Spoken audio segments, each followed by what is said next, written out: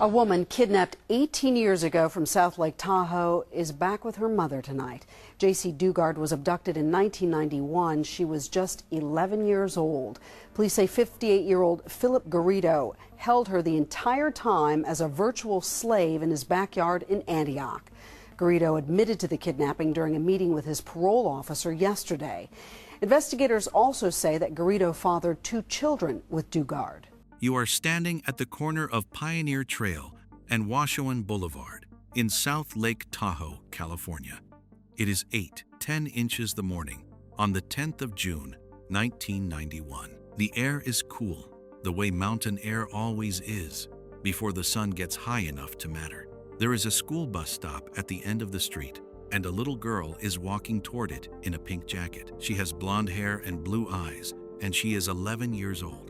Her name is Jaycee Lee Dugard, and she is walking uphill to her stop the same way she has done it dozens of times before, on a quiet residential street in a small lakeside community where families move precisely because it feels safe. She never makes it to the bus. A 2-tone gray sedan pulls alongside her. A woman in the passenger seat activates a stun gun. Jaycee collapses. They pull her into the car.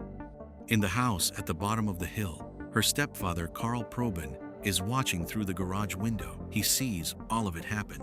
He gets on his bicycle and he chases the car. He cannot catch it. By the time he reaches the end of the street, the sedan has turned and is gone, and his stepdaughter is in it, and she is gone too. He calls the police. California Highway Patrol sets up roadblocks at the exits from the Tahoe Basin within the hour. It doesn't matter.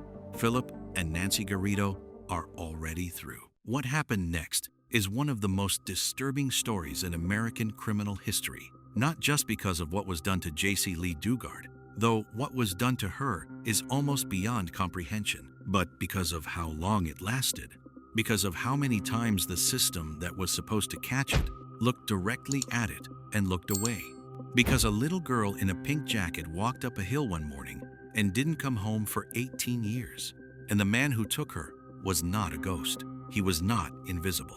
He was a convicted sex offender on lifetime parole, monitored by the state of California, visited by agents 60 times over the course of those 18 years. His neighbors knew something was wrong. A child lived in his backyard, and nobody stopped it. This is the story of Jaycee Lee Dugard, and it begins the way the worst stories always do, with a man the system decided to trust. Jaycee was born on the 3rd of May, 1980, in Anaheim, California. By the time she was 11, her family had settled in South Lake Tahoe, a mountain resort community straddling the California-Nevada border, the kind of place where the streets are lined with pines and the lake is so blue it looks painted. She lived with her mother, Terry Probin, and her stepfather, Carl. And by every account, she was a bright, sweet, ordinary child on the edge of growing up. She loved cats. She had friends she walked to the bus stop with in the mornings. She was, in the way that children are before the world teaches them otherwise, entirely trusting of the world around her. She had no reason not to be. On the morning she was taken, she had walked ahead of a neighbor's child, a few minutes early, moving uphill toward the corner. That small gap, a few minutes, 100 yards, was all it took. Carl Probin watched from the garage, too far away to intervene, close enough that the image never left him. He spent years under the weight of that window. Phillip Craig Garrido was 50 years old the day he was arrested in 2009. He had spent decades constructing 2 simultaneous lives. In one, he was an eccentric but seemingly harmless man in Antioch, California, a registered sex offender who ran a small printing business out of his property, who talked obsessively about God and sound and religious visions, who wore ankle monitoring equipment and met regularly with his parole agents. In the other, he was a man who had kidnapped an 11-year-old child, locked her in a backyard compound, her repeatedly for years, fathered 2 children by her, and kept all 3 of them hidden from the world, behind fencing and tarps and soundproofed walls, while the state of California checked in on him and drove away. To understand how this was possible, you have to go back further, all the way to 1972. Garrido's pattern of predation did not begin with Jaycee. According to a map of his known crimes compiled by the El Dorado County District Attorney's Office, Jaycee Lee Dugard was his fifth identified victim. His first documented assault was in Antioch in 1972. He attacked women in South Lake Tahoe in 1976. And then, on the 22nd of November 1976, he approached a 25-year-old casino worker named Katie Calloway Hall at a supermarket in California and asked her for a ride. She accepted. He handcuffed her. He bound her.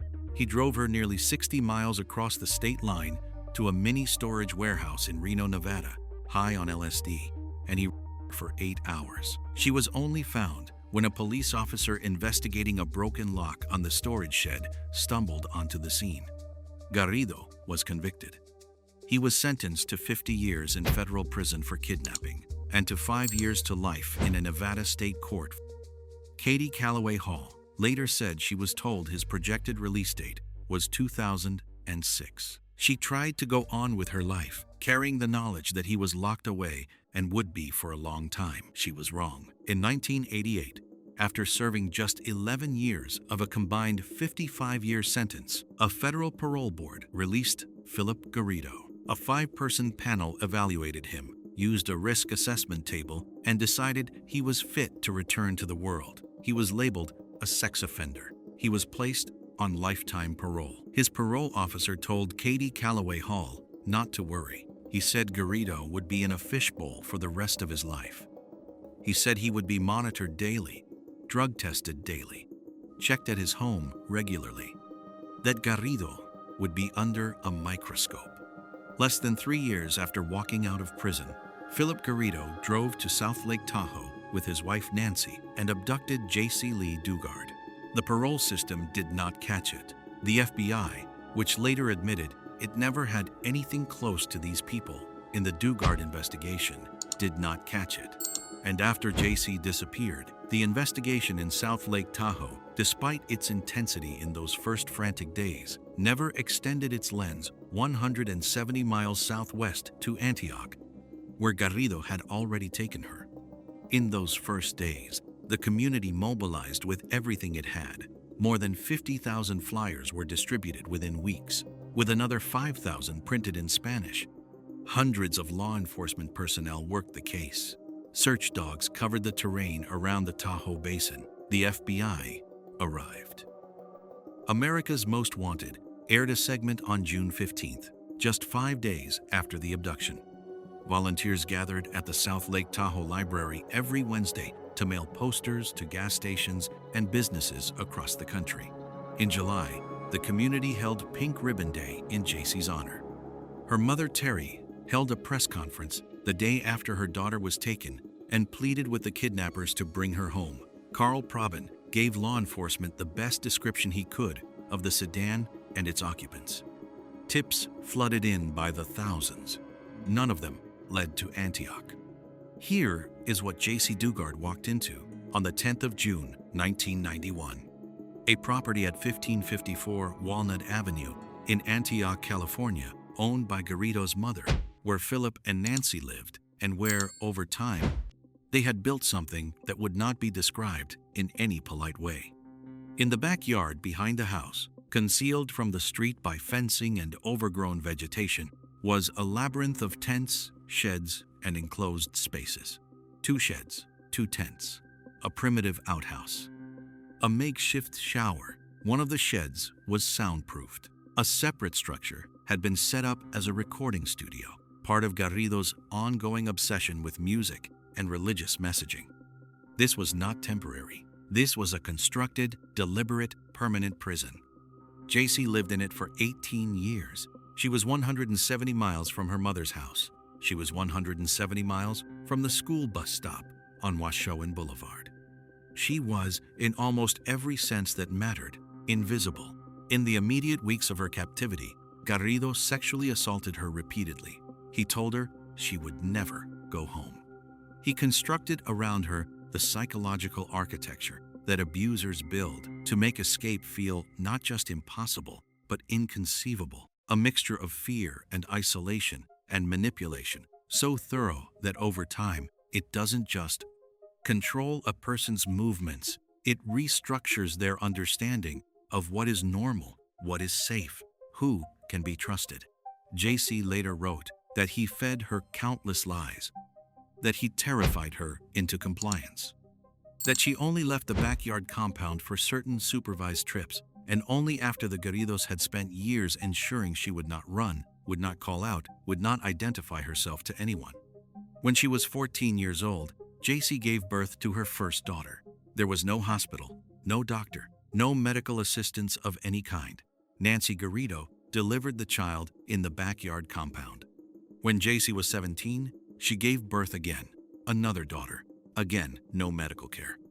The two girls grew up in the backyard alongside their mother, knowing no other world, attending no school, receiving no medical attention, existing entirely within the perimeter of Garrido's property. Jaycee later wrote about the birth of her first child with words that are almost impossible to hold. She said she felt like she wasn't alone anymore. That in the arrival of another life, in the middle of everything being done to her, she found something she could love, and who could love her back. It is one of the most heartbreaking sentences ever written about survival. Meanwhile, in the world outside that fence, the investigation had stalled. By the mid-1990s, the active search had wound down to its minimum. Jaycee's family never stopped believing she might be alive. Her mother, Terry Probin, who had held herself together on camera in the days after the abduction with the kind of determination that comes from refusing to accept the worst, eventually remarried and moved to Southern California. She never stopped. But without leads, without any confirmed sighting after the abduction itself, without any reason to look in Antioch, there was nowhere for investigators to go. The case remained open. It went cold. And here is the part that is the hardest to process.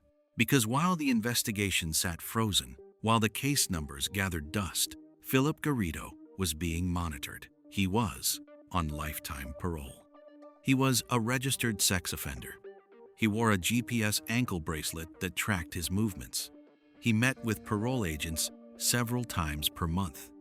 Between 1999, when the state of California took over his parole supervision from the federal government, and 2009, when he was finally arrested, parole officers made 60 visits to the property at 1554 Walnut Avenue. 60.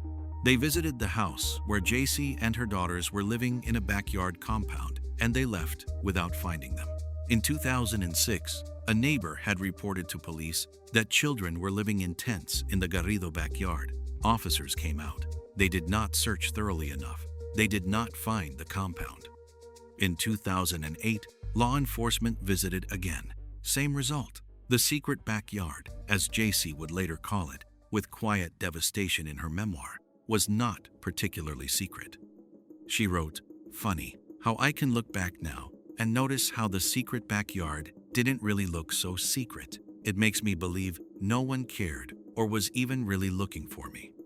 The government failed me for 18 years, and that will take time to heal from." Those sentences deserve to sit, not because they are accusations against individuals, though the systemic failure they describe is real and documented and damning, but because they were written by a person who survived 18 years of captivity and came out the other side with the clarity to name what had happened to her without flinching. There is an extraordinary quality of mind in that, and it is entirely her own. Nobody gave it to her. She built it in a backyard, in the dark, with 2 children and nothing else. Federal parole agents, it emerged after her rescue, had classified Garrido as high risk throughout their supervision of his case. High risk.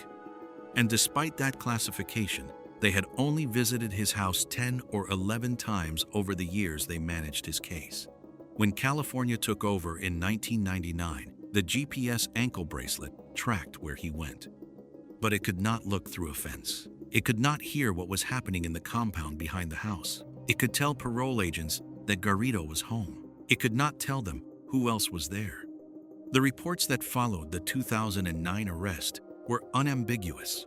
the El Dorado County District Attorney's Office documented 5 major failures in the supervision of Garrido's parole. One of them concerned what had happened in 1988 after he was released, when Katie Calloway Hall, the woman he had raped in that Reno storage warehouse, reported to a parole officer that Garrido had contacted her after his release. She was afraid. She needed someone to act. The parole officer, by all available accounts, shrugged it off. Garrido faced no consequences. 3 years later, he drove to South Lake Tahoe. Katie Calloway Hall learned who had taken Jaycee Dugard the same way most of the country did when the news broke in August 2009. She started screaming. She said, "Oh my God, oh my God. That's who did it. That's who kidnapped me." And then she said something that belongs in this story. He had me for 8 hours. He had her for 18 years. I was an adult with instincts that helped me deal with the situation. She was a child. The discovery, when it finally came not from a law enforcement agency and not from any official monitoring mechanism. It came from 2 campus police officers at the University of California, Berkeley. Their names are Ally Jacobs and Lisa Campbell. On the 24th of August, 2009, Phillip Garrido appeared on the UC Berkeley campus with 2 young girls. He wanted to inquire about holding a religious event on the grounds. Officer Jacobs looked at him. Something was off. She ran his name. The system returned his full record: lifetime parole, rape, kidnapping, registered sex offender. She noted something else. His parole officer had no record of him having children. And yet here were 2 girls standing beside him. Jacobs and Campbell acted on their instincts. They insisted that parole officers investigate further. 2 days later, on the 26th of August, 2009, Phillip Garrido showed up at his parole meeting in Concord, California. He brought Nancy, he brought the 2 girls, and he brought a young woman who introduced herself under a name that wasn't hers. When officers pressed harder, when the structure of Garrido's constructed reality began to buckle under proper scrutiny, he gave it up. He confessed. The young woman, it emerged, was not who she had said she was. She was Jaycee Lee Dugard. She was 29 years old.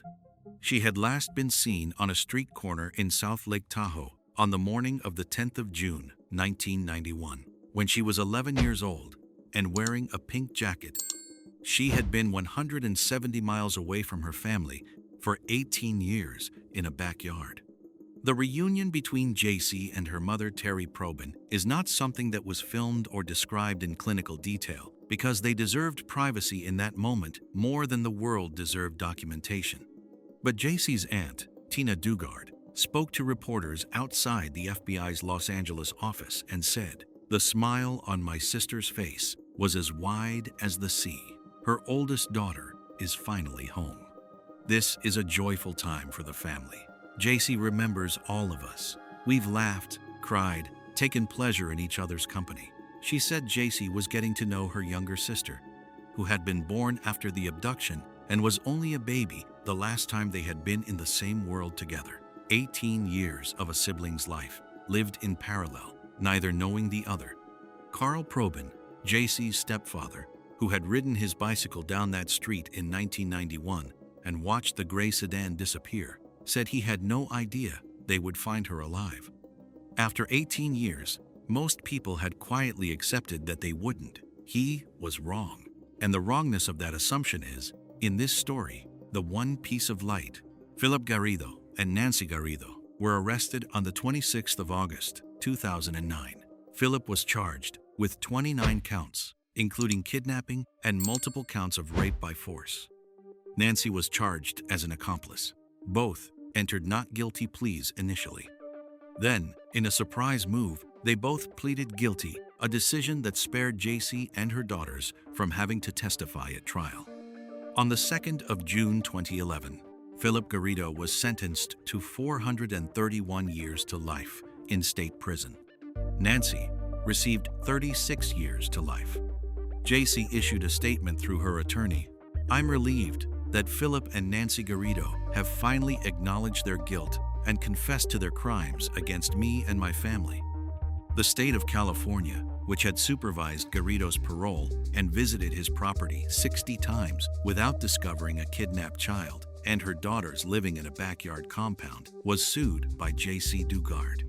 The lawsuit was settled for $20 million. It was not enough. No dollar amount is enough for what was taken from her. But it was an acknowledgement, written in the only language institutions understand, that what happened was not just the act of one man. It was the product of a system that classified him as high risk and then failed to act on its own classification, that received reports from neighbors and did not follow through, that accepted GPS data as proof of safety without ever looking behind the fence. Jaycee Dugard wrote a memoir in 2011, published when she was 31 years old, called A Stolen Life. It became a bestseller. In it, she wrote about what was done to her, with a directness that is neither sensationalized nor sanitized, just honest, in the way that people who have survived the unsurvivable sometimes are, because they have moved past the point where pretending serves any purpose. She wrote a second book in 2016 called Freedom, My Book of Firsts, documenting the ordinary experiences she had never had the first time she did certain things on her own, the first times her daughters did things children do. It is a book about the smallest freedoms being enormous, about driving a car and ordering food and walking down a street, and what those things mean when you have not been allowed to do them for most of your life.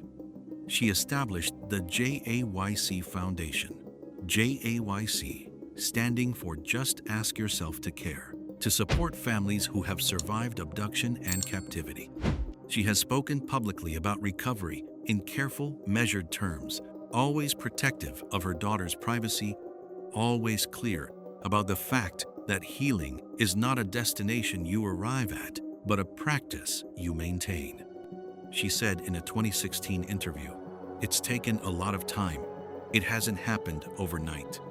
Her daughters, whose names have never been made public, were 11 and 15 years old when they walked out of Garrido's backyard in 2009. They had lived their entire lives inside that compound. The eldest had been born there. They had never attended school. They had never received medical care. They had never had a childhood in any sense that the word is supposed to mean. Their first experience of the outside world came at an age when most children are already preparing for high school and the next stage of life. Whatever the road to something resembling normal looked like for them, it was longer and harder than almost anything the rest of us will face in our lives. Jaycee has shielded them fiercely, and she should. There are questions in this case that answers alone cannot satisfy. Not because we don't know what happened, we do, in documented, convicted, confessed detail, but because knowing and understanding are different things. We know that a parole board released a man sentenced to 55 years after 11. We know that the warning signs existed before Jaycee was taken and were not acted upon. We know that after she was taken, officers visited the property where she was held, and neighbors reported what they saw, and nothing changed.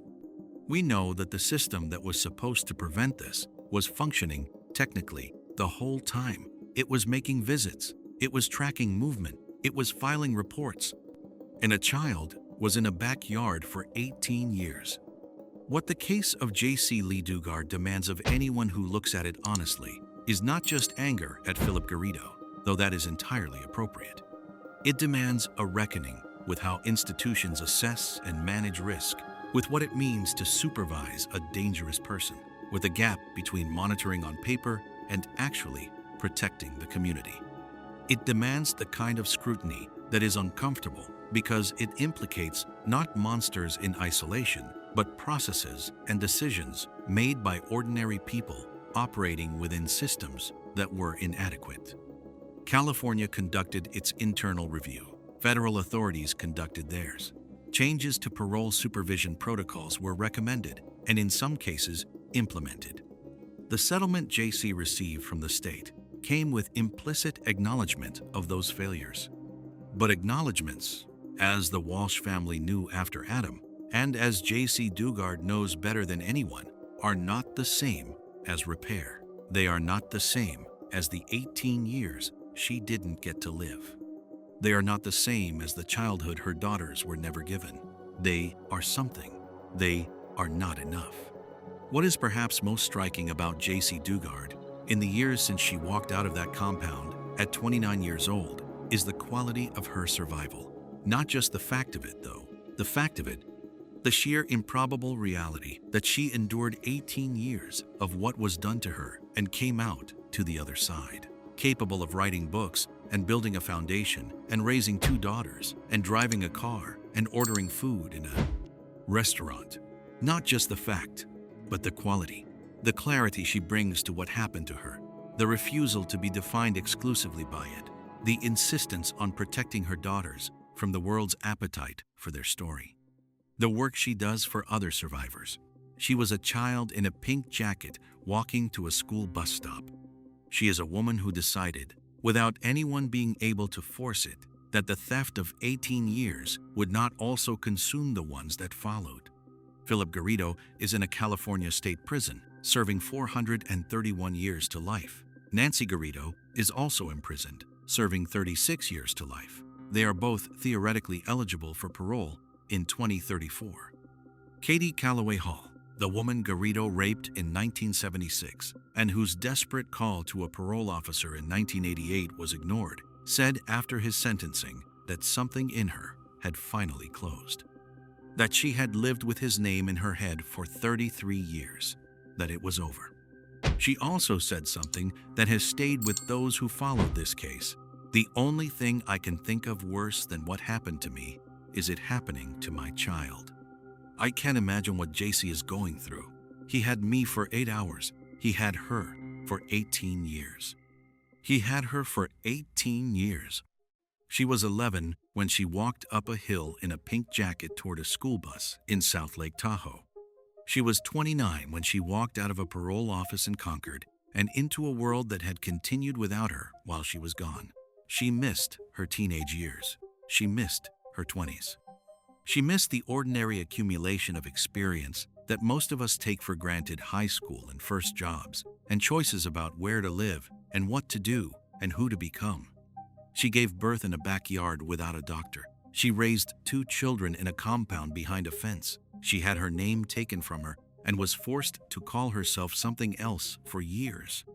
And then she came home. The 2 officers who acted on their instincts at UC Berkeley, Ally Jacobs and Lisa Campbell, are the reason she came home when she did, and not later or never. They saw something. They ran a name. They refused to accept what Garrido told them. They pushed until parole officers investigated. That insistence, that refusal to drop what their instincts were telling them, is the entire hinge on which those 18 years ended, rather than continuing. If you take nothing else from Jaycee's story, take that. The system failed her for 18 years. 2 people, doing their jobs with attention and care and a willingness to press rather than accept, ended it. The scale of the failure was institutional and vast. The act that undid it was human and immediate. She was 11 years old, with blonde hair and blue eyes, walking up a hill in South Lake Tahoe on a Monday morning in June. Her stepfather watched from a window. Her mother was at home. There was a bus stop at the top of the hill, and a school day ahead of her, and a whole life she was supposed to live. She got it back. Not all of it. You can't return 18 years. You can't untake a childhood. Can't restore what was stolen in that parking lot and in that backyard and in those compounds over all those years. But she got herself back. Her name, her daughters. Her mother, who had spent 18 years not knowing, not giving up, not accepting the silence as an answer. If someone is missing from your life or from your community, don't accept the silence either. If you see something that doesn't sit right, something that doesn't add up, trust that instinct and say something. 2 officers did, and a woman came home.